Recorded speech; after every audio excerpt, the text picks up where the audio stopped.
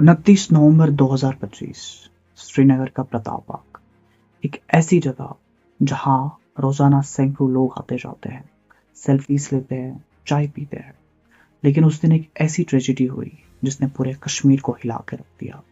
एक नौजवान लड़की जिसकी जिंदगी अभी शुरू भी हुई थी और शायद अभी पूरी जिंदगी देखना बाकी थी, उसने अपने ऊपर आतिश गिरा मादा डालकर खुद को आग लगा दी।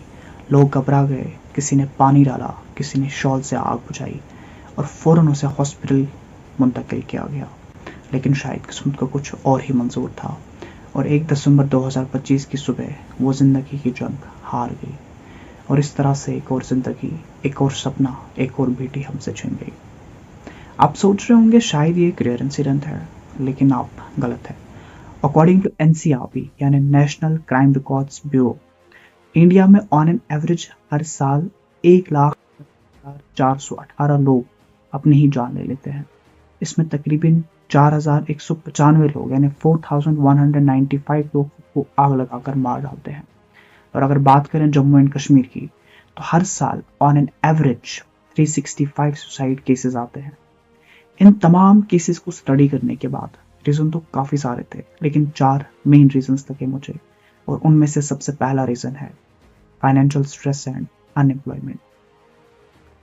ऐसा रीजन जिसकी वजह से हर साल सिग्निफिकेंट इंक्रीज हो रहा है सुसाइड केसेस में, क्योंकि जॉब्स बहुत कम है, लोग गवर्नमेंट जॉब्स को ज़्यादा प्रेफरेंस दे रहे हैं और इस चक्कर में खुद को अपस्किल नहीं कर रहे, and which makes them no fit for the private sector. और ये प्रिपरेशन के चक्कर में अपनी लाइफ का एक गोल्डन पीरियड, एक सुनहरा लम्हा, एक सुनहरा वक्त खो रहे हैं, जिसकी वजह से अनएम्प्लॉयमेंट बढ़ती ही जा रही है। Debt traps, loan, business failure, poverty और क्या कुछ नहीं, ये सब leads to depression which leads to suicide.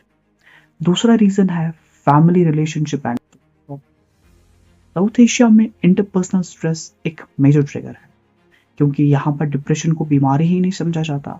In fact NCBI यानी national centre for biotechnology information के मुताबिक अगर साउथ एशिया में किसी को मेंटल स्ट्रेस हो, मेंटल इलनेस हो और वो इसका जिक्र करे तो उसे चुप कराया जाता है, ये बोल करके it will bring shame upon the family. और इसके साथ साथ फैमिली कॉन्फ्लिक्ट्स, जैसे कि अनएम्प्लॉयमेंट के केस में सोसाइटी के ताने तो मिलते ही हैं, लेकिन घर में भी चैन की जिंदगी नसीब नहीं होती।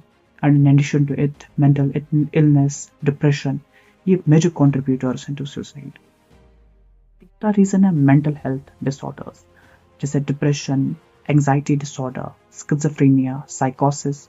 और इन इश्यूज के साथ साथ साउथ एशिया में रहना इट बिकम्स अ कर्स।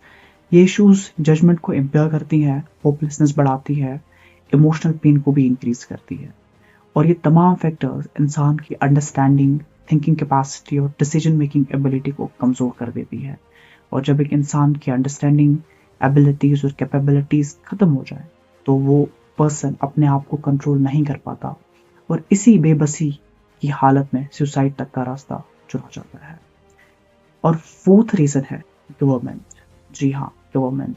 और अगर मैं यूँ कहूँ कि गवर्नमेंट एक लीडिंग कंट्रीब्यूटर है इन केसेस में, तो शायद गलत नहीं होगा, क्योंकि government unemployment, financial issues, education, skill gap जैसी प्रॉब्लम्स के बारे में सोचने के बजाय, इस मुल्क की तरक्की के बारे में सोचने के बजाय सिर्फ अपने फ़ायदे के बारे में सोचते हैं, जिसकी वजह से लोग पॉवर्टी लेवल से बाहर नहीं आ पाते और मेंटल स्ट्रेस जैसी बीमारियां, डिप्रेशन जैसी बीमारियां ख़त्म होने के बजाय बढ़ती ही जाती है। सरकार सिर्फ अपने वोट्स और इलेक्शंस के बारे में सोचती है, बस ये सोचती है कि कैसे वो नेक्स्ट इलेक्शन जीत सकती है।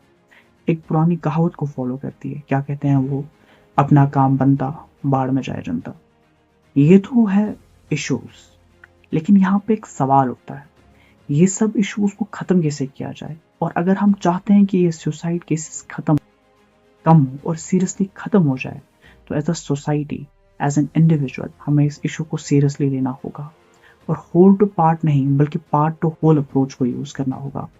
क्योंकि जब हम अपने आप से शुरुआत करेंगे, जब हम एज एन इंडिविजुअल दूसरों को इम्पोर्टेंस देंगे, अपने स्किल्स पर काम करेंगे, फाइनेंशियल स्टेबिलिटी के रिलेटेड काम करेंगे, तो it will definitely will result in less depression, less anxiety, which ultimately will lead to a better life, which ultimately will result in suicide cases कम होंगे और इसके देखा देखी दूसरे भी फॉलो करेंगे, क्योंकि साउथ एशिया में ख़ास तौर पर हमारे मुल्क में लोग अपनी एक अक्ल का इस्तेमाल करने के बजाय एक दूसरे को देख कर ही सीखते हैं, चाहे फिर वो अच्छी आदत हो या फिर बुरी ही।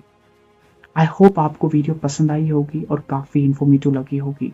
अगर आप लोगों को वीडियो पसंद आई तो प्लीज़ एंड प्लीज़ वीडियो को लाइक कीजिए और शेयर कीजिए, और हाँ, चैनल सब्सक्राइब करना बिल्कुल मत भूलिएगा।